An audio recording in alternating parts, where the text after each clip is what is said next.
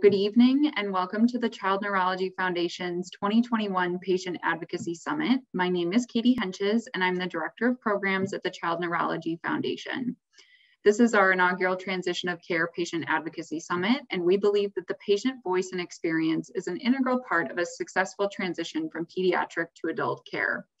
This summit focuses on centering those voices and experiences, ensuring that these young adults and those who support them have the knowledge and tools and confidence to be able to make the process successful. In addition to this summit, CNF offers other resources in the transition of care space, including a toolkit for young adults, their caregivers, and their clinicians to begin and encourage the many discussions required for a successful transition of care. These are available both in English and in Spanish, and we will include the link in the chat. These resources and our summit would be impossible without our partners. We're able to put summits like this on for free today, thanks to the generous support from our partners in transitions of care, including Acadia, Biogen, Eisai, Genentech, Greenwich, and Zogenix. And we hope that if you enjoy this session and then it resonates with you and that you are able, that you think about making a donation to the Child Neurology Foundation. It's incredibly helpful in helping us continue our efforts to provide first-class programming and education like this summit to the full community. There will be a link in the chat to donate. All right, so on to our panel tonight entitled Long Distance Caregiving for Young Adults with Disabilities, Future Planning for Siblings from Afar. And we're thrilled to have with us three esteemed panelists. Austin Nugent is the Disability and Health Program Coordinator with the Human Development Institute at the University of Kentucky. In addition, she's currently pursuing her Master's of Public Administration with a focus on disability policy. Her siblings and their parents live in Arizona. Nathan Grant is a recent graduate living in Cincinnati, Ohio, hoping to work in the medical field to help people with complex health conditions and their families. He's the creator of Siblings with a Mission, an international organization that supports siblings of people with complex health conditions. He has a twin brother named Nick. Lauren Klofke is a PhD candidate at the University of Minnesota and is an oral historian working on a project for the school's Department of Neurology. She grew up in San Antonio, Texas, where her family, including her brothers Hans and Ben, are still based. Before we get to our opening comments, I want to go over a few housekeeping things. This panel is being recorded and the recording will be made available to all registrants on the password-protected hub you received access to upon registration. We request that you remain muted while panelists are speaking, but there will be designated time at the very end of this event for you to unmute yourselves and ask questions. Please feel free to use the raise hand button at that time when you are asked to, and the reactions button at the bottom of your Zoom screen. We also welcome you to ask questions and provide comments at any time using the chat feature. If you feel comfortable doing so, we encourage you to leave your video on, but we do understand that if you have a distracting background or you don't feel comfortable, feel free to leave it off. Our moderator for this panel is Liz Mahar. Liz is the Director of Family and Sibling Initiatives at the ARC of the United States in Washington, D.C., where she plays an integral role in the Center for Future Planning through development of education, training, and outreach efforts. She is the older sister to Crystal, a woman experiencing Down syndrome. So with all of that, thank you so much. I'd like to turn it over to Liz. Thank you so much, Katie. Welcome, everyone.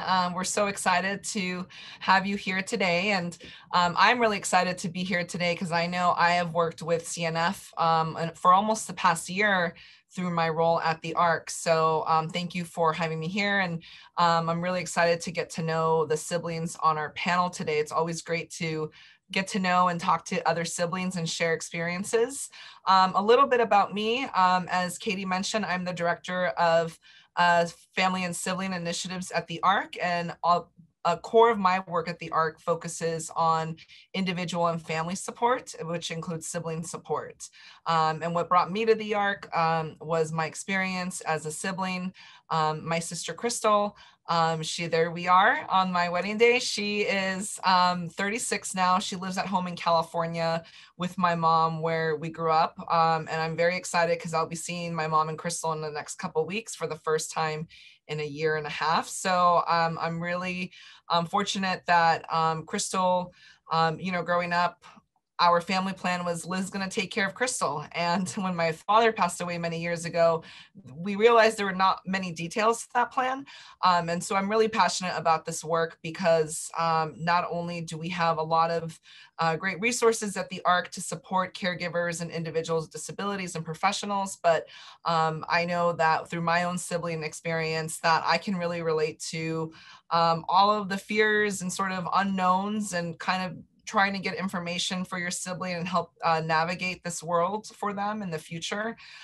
Crystal, she's been working part-time at a senior center and attends a day program. This was all before COVID. So we're trying to, at the moment, she's fully vaccinated and really excited to go back to work because I know she missed working at the senior center, but unfortunately right now we're trying to navigate when she will be going back to work. So thank you again. And why don't we kick it off to Austin to introduce herself.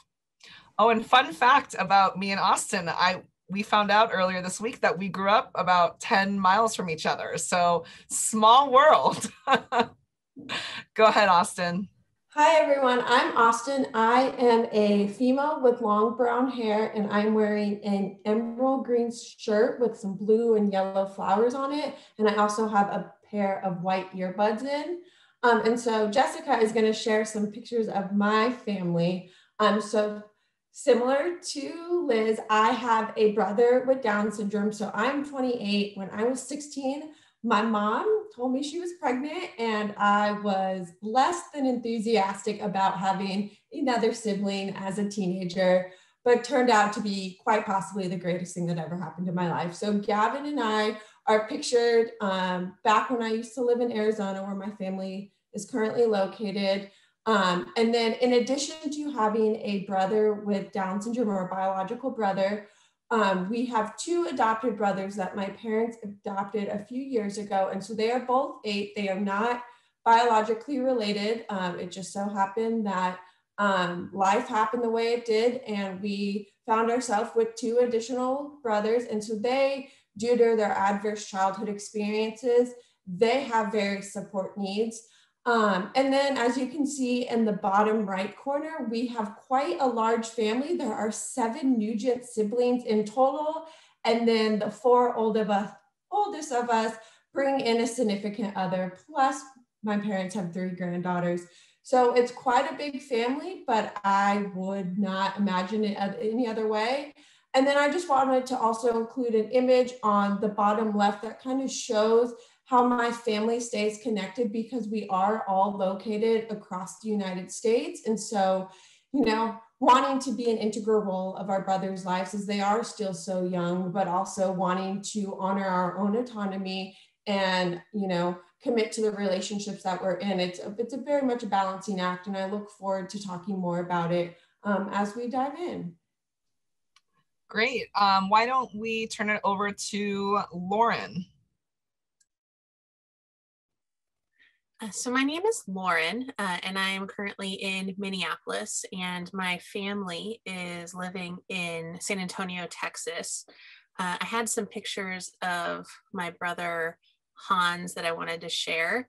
And so I'm here part of this panel because my middle brother Hans has developmental disabilities and nonverbal autism. And so I have a few pictures of him shared at one of his birthday parties a few years ago. He is really into baseball. And so we did a cupcake and baseball bat. And then I had another one of us at Halloween. We do family costumes. And one year we did Hocus Pocus, and he did Thackeray Binks, the cat. And then one last one of me and Hans in the pool. He's a big fan of swimming, and it's very nice in Texas heat. And I'm excited to finally go back and visit. Like Liz was saying, I finally get to go back after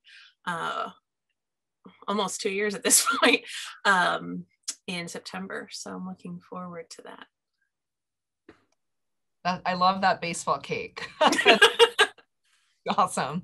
All right, and then let's turn it over to Nathan.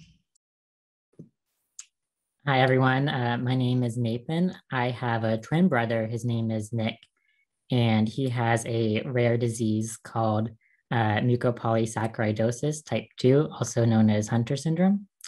It's just the two of us, and he is also in Cincinnati, Ohio right now. He was diagnosed with his disease at the age of 3, and because of it, he has various symptoms, but a big part of it is neurological regression, and he has a very severe intellectual disability as part of that. And he does require continual care 24/7, which is something both my parents and I have been involved in.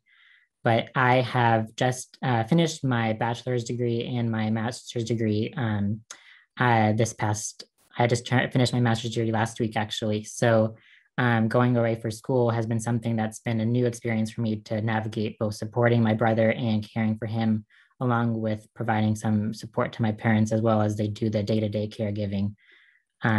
So outside of that, my brother and I, we really love going out for walks, and you can see a picture on the bottom in the middle of us going to Halloween. He loves cereal boxes, so we are both dressed up as some of his favorite cereals.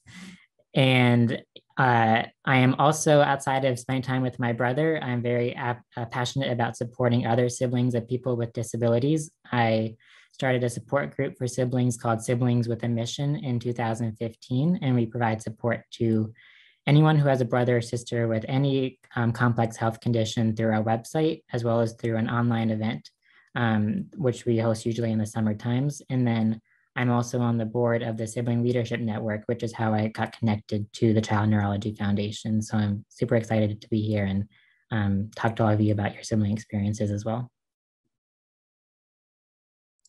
I love Halloween is also one of my favorite holidays. So I love the Halloween costume pictures. Well, you all, really talked a lot about, it really sounds like you have close relationships with your siblings. Could you talk a little bit about how your experience as a sibling has shaped your life? And as far as also what sort of roles you've taken on to help support your sibling? Why don't we start with Austin?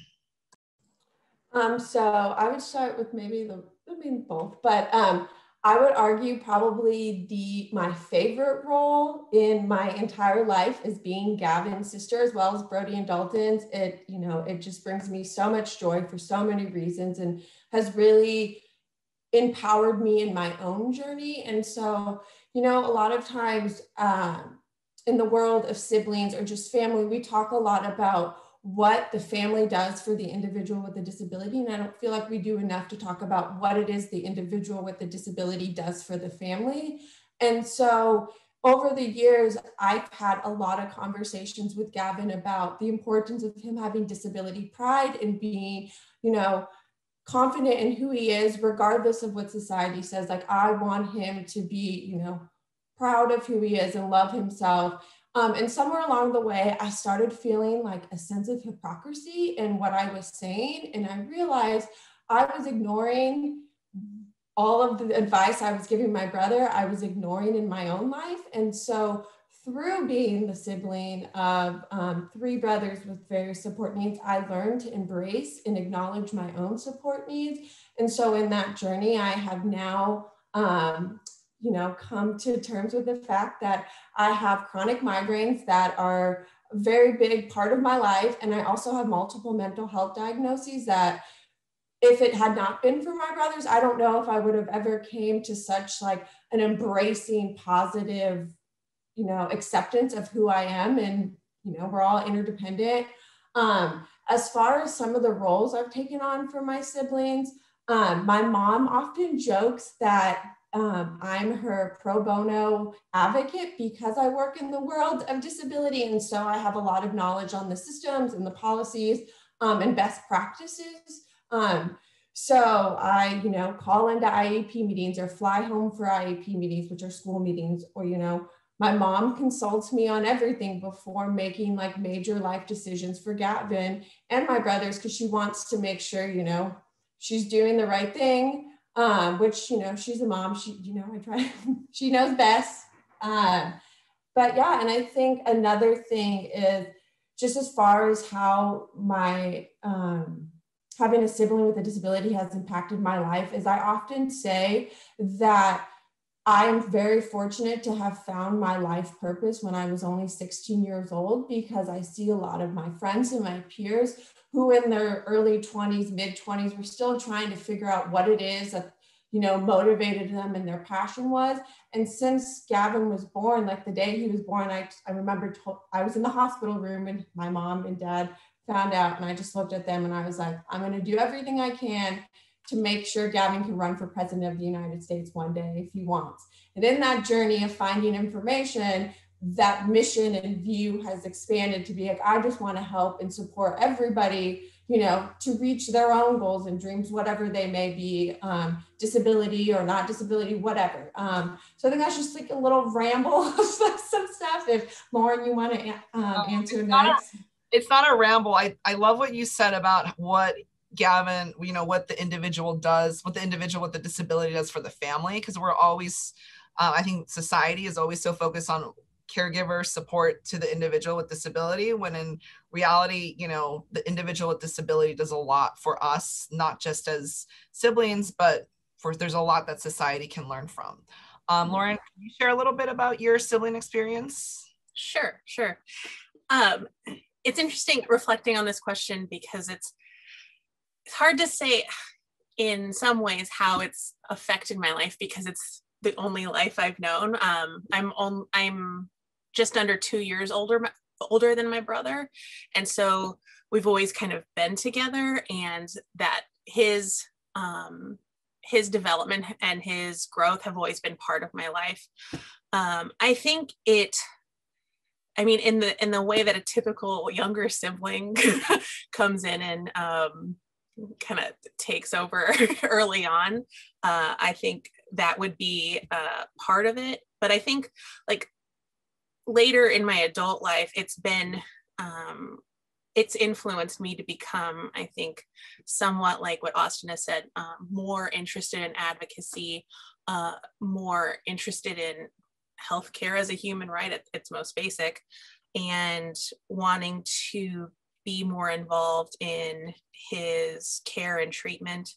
And in terms of some of the things that I've been involved in with my family in his care, when I visit, I try to do as much as I can to help with day-to-day care. I have some guilt about that being so far away. And so I really try to be there for those things, to give my parents and my brother Ben, who lives in San Antonio, a break. And then from afar, I try to research health professionals. Sometimes it's hard to find a health professional that is specializing in autism for adults in particular, adults with autistic adults who are especially nonverbal, and to talk to my parents about his ongoing care, make sure that we're continuing to be on the same page regarding his care. And when I go home, kind of checking in with them about where they are with things. So those are some of the things that I do now as an adult, and hope that gets to the question there. It's a lot. No, it's great. Yeah. Nathan, what about you? Yeah, I would say our roles really do change over the years as my brother's disease has progressed. So I went to college up in Boston, so a little bit away from Cincinnati, 4 years ago. And during the time I was at college, I'd say my biggest role was just trying to both support my brother virtually and my parents, like through emotional support. I did a lot, like Lauren was saying, I did a lot of research on different treatments that were coming out for my brother, looking at different clinical trials. We've always been looking at like clinicaltrials.gov and PubMed to see what kinds of current research is out there for my brother. And part of that is just because it's such a rare disease. We've really had to keep on searching for new current treatments that are coming out. And then with the pandemic, I returned back home as school all went virtual.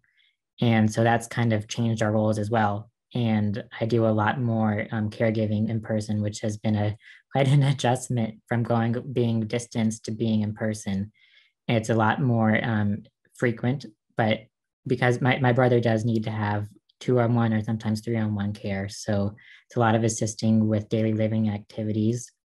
And he also has a lot of behavioral challenges as well, which is something that I'm happy to talk more about in case anybody's interested in hearing more. But a lot of the times it's just trying to help him calm down during situations and helping him get adjusted to routines. And also just outside of caregiving, a big role that I do have is just like a social friend, going out for walks. We love going for walks together, especially when it's nice out in the summer, going to restaurants. My brother also really loves music, so listening and singing to him. And sometimes he doesn't read books, but he just likes to kind of feel them. So just giving him books to touch and to play with as well. He really enjoys that. But because his disease is also very progressive, I'm just trying to spend as much time as I can with him while I am home. So that is something that I also keep in mind. And that's also really inspired me too, because there's just not much research out there on his disease. There's a lot that's growing, but it's been pretty slow. And so that's kind of inspired me to pursue a career in medicine to try to find different answers and treatments for people with conditions like his. So, I mean, just sort of the common theme here between all three of you, and I can relate, is that you all are like the superhuman advocates for your sibling. And you know, being away from home, you know, I've been away from home for over 20 years. It's hard, and you can feel that. Lauren, you said you feel that guilt, and you try to do as much as you can from afar and when you're home with that day to day. So let's pivot a little bit to what I heard a term earlier this week about when the future becomes the present. And so we always talk about future planning as the future, but COVID, the last year and a half with the pandemic, we've learned that the future can become the present very quickly. So can you know, let's get started with you, Lauren. Can you talk a little bit about your family's role in navigating resources and talking about the future with Hans, and sort of how that has gone, the challenges and sort of some wins as well? Sure. So my parents, my brother actually currently attends a day program at the ARC of San Antonio. And so they've been really helpful to my parents in talking about all the details of the future. And I think now that I'm older, we have this conversation far more often. And so I would say this also to the younger siblings in the audience, that one thing that I noticed is that my parents seemed to not want to have this conversation when I was in my early 20s. I think because they wanted to kind of protect me and let me do what I wanted with my future, rather than making me feel like, quote unquote, burdened by what that care would look like. But I had to keep pushing the conversation to let them know that, like, this is part of my future regardless of how much you try to protect me or not. And so it was a struggle in that sense. I think the whole system, I think, is difficult, but I think you're navigating both the bureaucracy and then the emotional aspects of what's going on. And so once we got over the emotional hurdle, I think it's been just an ongoing conversation as things change, as we become aware of more resources, as we better understand the processes that are involved. For my brother Hans, we'll be looking at guardianship for myself and my brother Ben down the road. And so just, I guess if I was giving advice, it would be to continue to have the conversation and push as much as you can to keep getting updates from everyone who's involved in the care, because things change. And I think, actually, I'll say that's one benefit of me being away and going back, is that I can see how things are changing in terms of Hans's care in a way that maybe my parents and my brother Ben don't necessarily see because they're with him consistently. And so, yeah, just keep having conversations, talking about what you're seeing, how you're feeling. I don't know if we don't have like regular check-ins, but it's actually not a bad idea. But they kind of tend to coincide either with like longer phone calls or when I am taking trips home. And Lauren, I love how that's a silver lining about living afar and coming back, and you're noticing these things. So that's a really great, I think, perspective on being a sibling from afar and coming back. What about you, Austin? What sort of have been any challenges or wins with your family's future planning discussions and getting resources? So I want to acknowledge that, yes, my siblings are quite a bit younger. So, and I recognize that their support needs could look a lot different as they become adults. But in the current state that we are in, my family, has our expectations for my brother's futures are the expectations of like, what do they want? Just like I have for my other siblings. And I recognize that the supports around that might look a little different. But as far as conversations going, I know Lauren said, her family her parents kind of protected her from that. But I think because I was 16 when Gavin was born, and I kind of like went head over heels into like disability work, information and knowledge is power. And I want to get everything I can and all the resources to my family. And so along the way, the conversation just kind of naturally happened. I think I probably poked it a lot more because I would like Gavin to live in the same city as me because but mom and dad would rather he live closer to them because we all argue over who gets, time with Gavin. But as far as the future, as of now, we are on the trajectory of supported decision-making for all of my brothers. And, that's what we all use in our life. And so really wanting to empower them now to make decisions and feel like their voice matters in their life. In addition, we have, I don't like the term, a special needs trust, but that's what it's called. So that Gavin's financial situation can start to be kind of sorted out as he's aging. So he doesn't reach that age of adulthood and then, have all of those barriers around financials and fiscal matters weighing on his life. And then in addition, because of the added twist that I have two adopted brothers, we've had to have conversations around the fact that if my parents do die, because they are quite a bit older, in navigating the state system and the fact that the state could get involved because technically, they were wards of the states and then my parents adopted him. And so we've had to have that conversation and a game plan from day one of like, okay, we're going to adopt these boys. And my mom opened the conversation up to all of the four older siblings of like, who not, I say this, but it wasn't like that, but basically it was saying who wants the responsibility if something happens to us.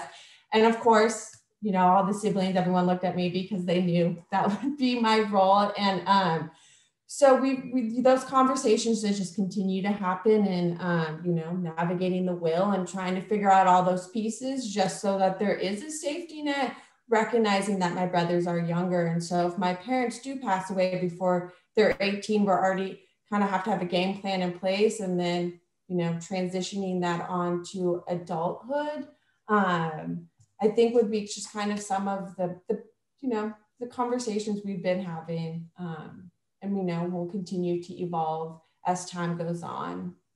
Yeah, it's definitely not a one and done. It's an evolution, right?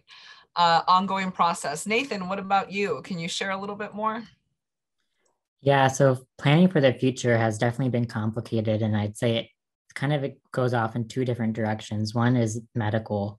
My brother now is 23, so it's been really challenging to try to find adult providers for his condition, especially because it's a rare disease. A lot of the people and a terminal disease, a lot of the people who have his condition are younger and pass away early. His life expectancy was around 15, and with medical advances, people just don't know what to expect.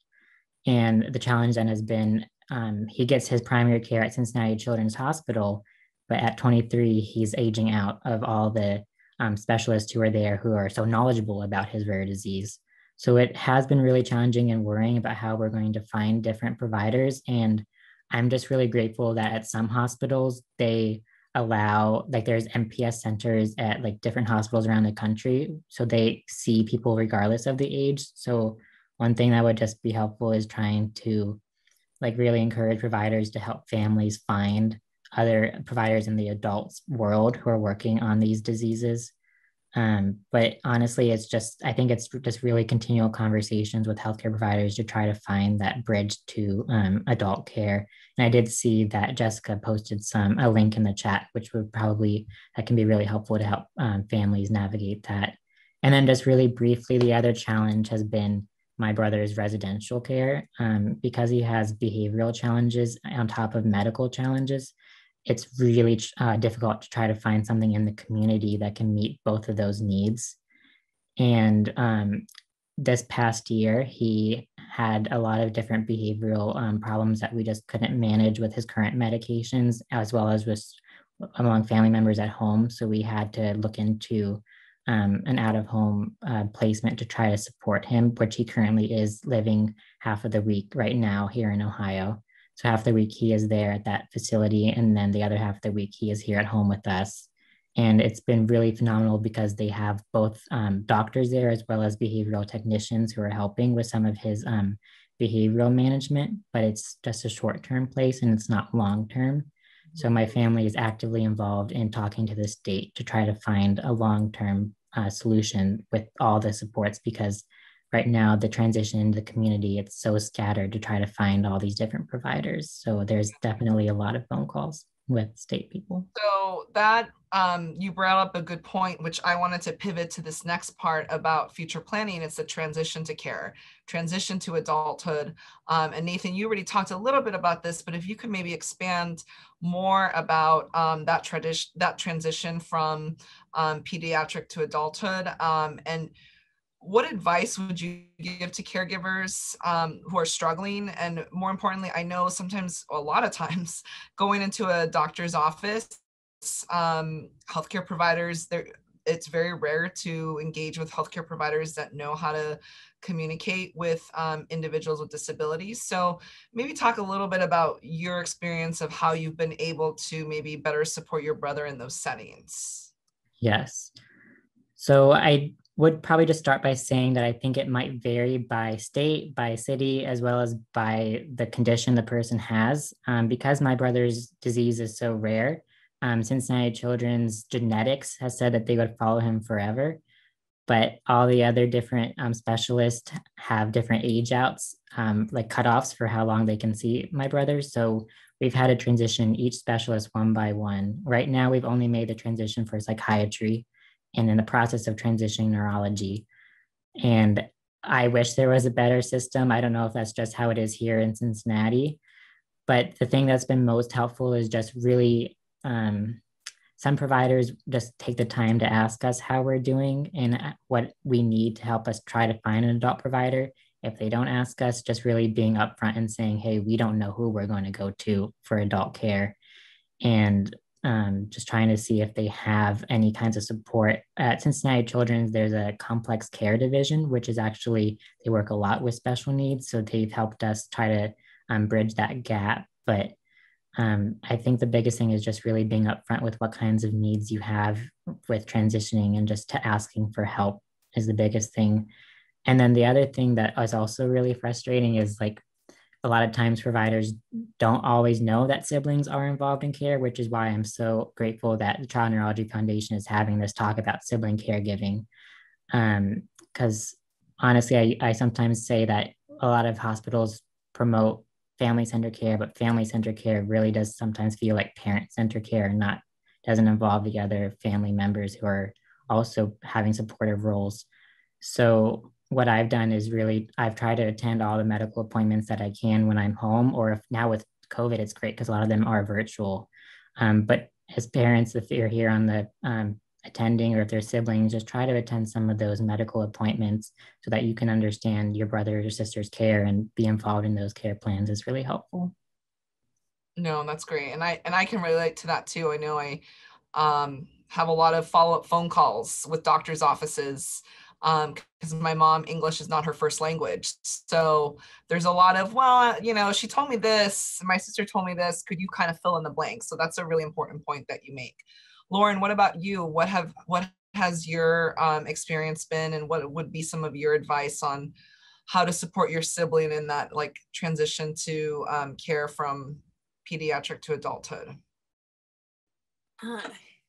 So it's a lot of research, a lot of phone calls, and a lot of frustration. So I think I guess my advice is to make sure that you're also taking care of yourself and all of that, in part, because it's a lot of work. A few years ago, I related to what Nathan was saying about changing behavioral issues, because my brother had some changing behavioral issues and ended up having to go on medications, and it was a really difficult thing to try to get my parents to recognize. They'd had some bad experiences with medications for Hans in the past, and so I had to be very involved in both pushing them to maybe pursue that, both for their own quality of life and for Hans's quality of life. And it helped to continue. It was continuing to have those conversations. But once they made the decision that they did want to pursue medications, it was really difficult to find care providers, because my brother has developmental disabilities and nonverbal autism. It can be hard to find adult care for that. And I know, and Jess did put something in the chat for finding care for that, but a lot of, something else Nathan had said that I also felt was a lot of care for people with autism seems to be specialists tend to be pediatricians. And so finding adult physicians for Hans has been difficult. And that's currently an ongoing thing, because his most recent doctor's office said they don't think they can treat him, but yeah. What's that? I said, no, I've had a similar discussion. Could you talk a little bit about, so, you know, you said Hans is nonverbal. So folks, you know, who are here and they might have individuals that they support that are nonverbal, what are some of the strategies that your family has or that Hans has to, you know, kind of communicate when he's in that setting? Sure. So his, it's hard to explain his developmental disabilities in conjunction with being nonverbal. A lot of times he's communicating very obviously what he wants to occur in the present setting. Sometimes we try to communicate through photographs to give him some choices, but it's his cognizance beyond the present or the physical is hard to understand. And so we're primarily using observations of how he's feeling, and then also using photographs as much as we can. Okay. And Austin, your brothers are they're almost near transition age. Could you talk a little bit how your family is preparing for that transition in the healthcare setting? Well, I feel like although we haven't made the transition to adulthood, there has been quite a bit of transition just between providers, especially with my two adopted brothers having mental health support needs. So they need to see a therapist.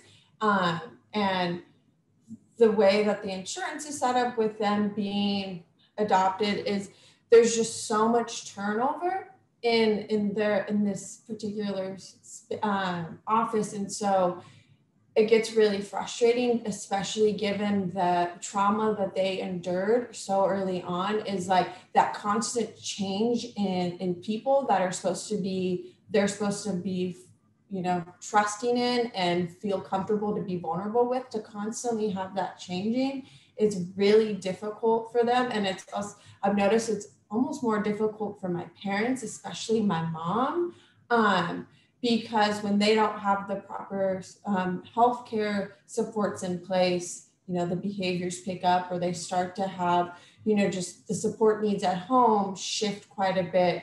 And so I think in my role, just as a sibling, and I think this is something Lauren and Nathan have touched on, is like being almost like that individual who can provide a little bit more of the hands-on in doing the research, or calling offices, or whatever it may be, where parents sometimes just, whether it's time is not available to them, or just having so much emotions involved in all of it, that I feel that my role, and those continued conversations, is me kind of being the advocate and having to wear more of my professional hat, where I am familiar with the healthcare system, and allowing my parents to kind of tap into their emotions and be the parent, and honor their emotions. And I feel like there's so many thoughts that I'm trying,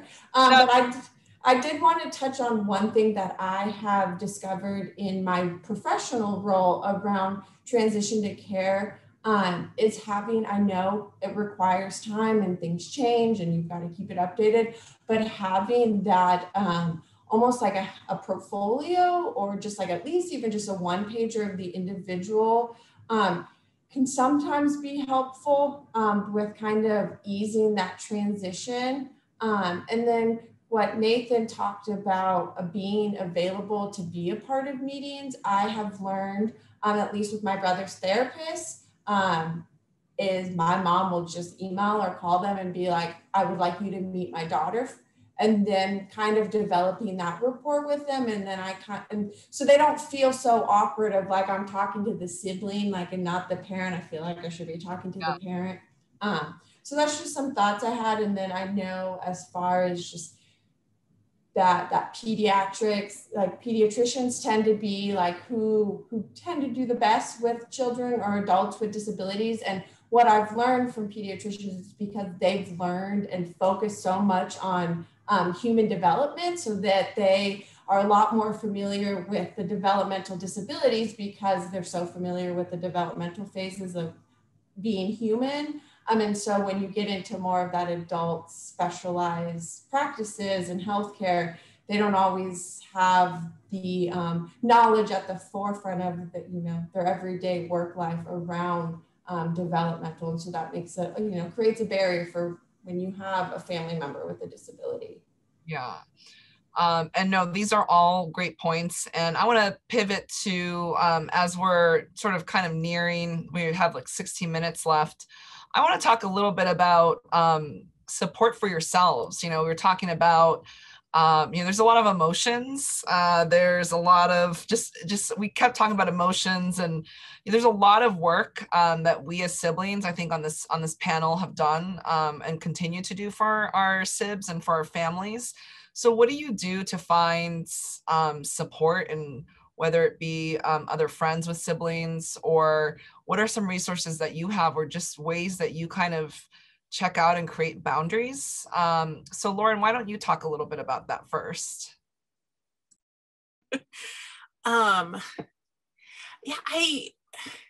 I mean, I have a very supportive friend group, and who all have their own experiences with health issues and health issues with their family. And so that's been a really helpful thing in my life, to help me put things in perspective, help me get new ideas for trying new things.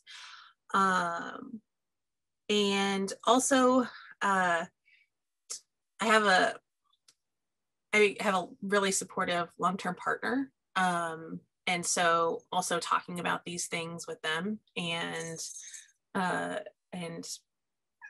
making, like, having us be on the same page for what the future looks like for myself with my brother. That's also helpful. It's kind of, it helps me feel like things are going to be centered and going to be okay. And so, yeah, I think it's really my network of family and friends that help me look at things in new ways and address things as they come up. Nathan, what about you? What sort of ways do you kind of create those boundaries, or just ask for help, or find that community that you need? Yeah, I agree 100% with Lauren. Just getting time kind of away out of the house has been really helpful, being with friends. I think like having parents know that it's okay if a sibling wants to take time away. That's something that has that I would recommend to other families, is just giving siblings that space to take time away if they want it. I also saw in the chat, Sib Shops has been really helpful. I also think there's a lot of great groups for older siblings on Facebook. If you're connected to social media, SibNet, Sib20, SibTeen are some groups that are available. The Sibling Leadership Network, I'm part of their board, and they just hosted a conference this past week, actually, but they do a lot for adult siblings in terms of future planning.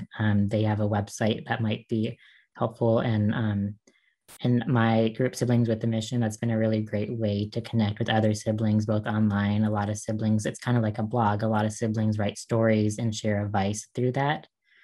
But I would say, just outside of your like personal network, trying to connect with other siblings is helpful because they get it. And that's what's been really nice talking to Lauren and Austin and other siblings here today, is just they've been through similar life stories. So finding other stories online outside of these events would probably be very helpful for siblings. And I also really enjoy reading some books and memoirs that have been written by siblings. Riding the Bus with My Sister is one of my favorites. Austin, I know we talked a little bit about this earlier in the week around boundaries. Do you want to share a little bit? And I can totally relate to you on that part. Yes. Can you, maybe talk a little bit with the group about what you do to kind of set those boundaries? And yeah, so I'm in therapy. I'm very vocal and open about the fact that I'm in therapy. You know, sometimes there is those barriers because the therapist doesn't fully understand the journey that I am on. And so it can be pretty easy for her to be like, you need to set boundaries. And I'm like, there's a lot of emotion tied into this. It's not just simple as me saying like, I'm not going to call home this week. Like, even though that can be a trigger to my anxiety and my stress and but it's just so, and I think what Lauren and Nathan shared was really, kind of having that support network beyond just your family as well. In having these conversations centered around future planning for what not only my siblings' life are going to look like, but what my life is going to look like. I had to be very open with my now fiance from day one of like, this is going to be my life. And like, you either need to get on board now or it's not going to work. And he also, my parents had conversations with him of like, like they just, and so having him be so supportive, he also works in the world of psychiatry. And so he understands, the layers of support and the need, and I will disclose that when I was back living in Oregon after college, I actually decided to move to Arizona to be closer to home because I felt like that was what I needed in my life. And I ended up becoming incredibly depressed. And I realized that closeness to my brothers is really important, but also I learned that all the other areas of my life can't just come second to that. Like I need to have a balance or it's not going to be healthy for me and it's not going to be healthy for my family. So I think, just some. Oh, you're muted, Liz. Liz, you're muted. we can probably talk all night about our experiences, and this has been a really rich discussion. But we all have our life stories and experiences, and that makes us sort of advocates. And it's important to seek, that's sort of the big takeaway here, is seeking out resources. There's been so many resources that have been shared in the chat. But what's, I don't know, I think final words. What if you were like talking to the younger version of yourself, what would you say to them about like the future and like what made you a better advocate, or I don't know, what sort of life story, what the life story has been like for you. I don't know if that's a very Yeah. question, but we were just talking about life stories. And so Austin, do you kind of? Yeah, so I actually had to reflect on this recently. And I think if I was having a conversation with myself when we first kind of entered the world of disability, I would tell myself it's going to all be okay. Like, don't listen to, you know, the assumptions the doctors are making about your brother's life or what other people are going to say, because they're, you know, they don't know, and there's so much chitter chatter and stereotypes in society. And so I think that's the thing, is just like, I've learned that anything I've ever read from a textbook or, you know, about disability just like was not even close to what my life experience has been. It's been so enriched, and like I mentioned earlier, like my own support needs have been honored because of having siblings with support needs. And then, you know, I did want to just validate what Nathan said about, you know, wanting to spend as much time with your siblings. I think that is a fear of mine. Is last week I learned about a fellow advocate who was a woman with Down syndrome who died in her 40s. And so there is a lot of that fear, and, you know, of like, how long is my brother going to live? And like, that is really scary, because I don't, you know, like I want him to live forever, and I want to, you know, be along for the ride every step of the way.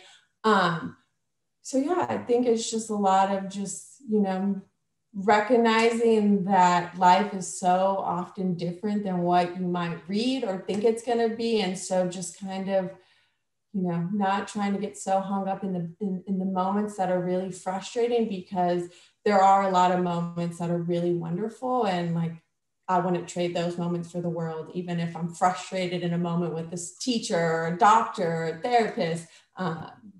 Just, yeah. And what about you? What would you tell your younger self about entering the world of disability, sort of your life story to now?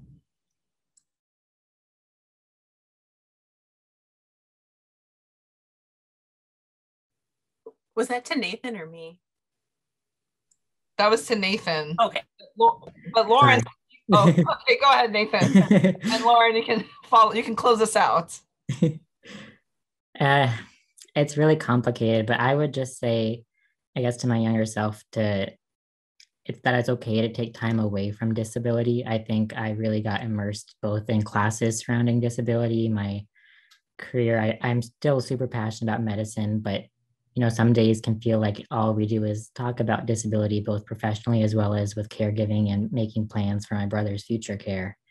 And that can be a lot. And I think the times that I get to go out of the house with friends or just do something completely unrelated to disability is really helpful. And just telling myself, don't feel guilty for getting those opportunities to get away. And also, I would say, telling like family members, parents, and others that just because I want time away doesn't mean that I am not going to come back. I think a lot of times they can feel scared if they're burdening, or just kind of what's going through your mind if you're just constantly involved in disability. And I just think getting those breaks and having everyone know it's just a short break is just really helpful and completely valid. And then I'd also just tell myself that try to have those conversations about future planning with parents as much as possible, because for my parents, they weren't super open, and they're still having a very difficult time talking about future plans. And sometimes I can feel like maybe they just don't want to talk about it, but it would be really helpful for me, kind of like what Austin's been saying, and Lauren, is just having those conversations and just pushing it, even though it's very difficult, because there's a lot of curiosity about what the future will be like. Right. And Lauren, what about you? Speaking to my younger self, I think I would recommend doing what Nathan did and trying to reach out more to other siblings who might understand. I did not grow up with like friend groups or being aware of other siblings who had siblings with disabilities. And so I think I have only started to do that in my later adult life or early adult life. And so that's something I would definitely push myself to do when I was younger. Totally agree with Nathan and Austin about taking breaks. And I think Austin hit on this in talking about boundaries, but allowing yourself to explore the things that you're interested in, and obviously your sibling is a huge part of your life, but it's not your whole life, and you need to and you need to develop yourself in those ways. It's really important to figure out who you are too along the way, separate from your sibling, but also with your sibling. So yeah, I would just say taking breaks, taking time for yourself, and connecting with people. Connecting with your siblings. So yeah. Thank you. This was wonderful. Liz, do you mind if I add something real quick? Sure. This is something we talked about, and I think we've all kind of touched on, like boundaries, and like Nathan said it best, like life shouldn't be 24/7 disability conversation. But for other parents who might be watching, is if you have, like, I have multiple siblings and I'm the only one who is like delve headfirst into disability, and like that's okay if like your other kids want to go down different paths that are completely unrelated to disability, and allowing that, because it will be good for the family unit as a whole. Right.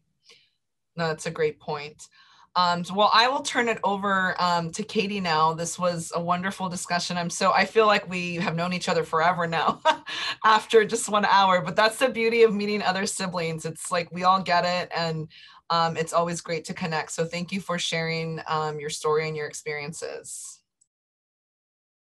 Yes, thank you everyone so much for joining today. And to Liz and our panelists, Austin, Nathan, and Lauren, on behalf of CNF and our communities, we're so grateful that you shared with us your time and expertise in this area. And we look forward to finding better ways to support siblings and caregivers. So as a reminder, CNF and our partners have more resources and transitions of care available on our website, and also in the password protected hub that you will have available to you after this summit for the rest of the year. So you can always go back and reference. You'll also be receiving an email thanking you for attending this talk that will include a brief survey. We would love to hear from you. The survey is also in the chat box, so feel free to click it. We really need that feedback to figure out what else would be supportive for you in your journey. So feel free to fill that out. We'd also like to thank our partners, Acadia, Biogen, Eisai, Genentech, Greenwich, and Zogenix. And again, if you are able and you're willing, please feel free to donate to the Child Neurology Foundation so we can continue to provide events like this for free. So for our last live session for our summit, that's tomorrow, Thursday, June 24th at 7 p.m. Eastern Time. It's titled Kids Get MS2, Better Understanding Disease Processes for Better Adult Neurologic Care. So feel free to join us tomorrow for our last event. And again, thank you so much for those who joined, and to our speakers, have a wonderful rest of your night. Thank you, everyone. Bye-bye. Thank Thank you you all.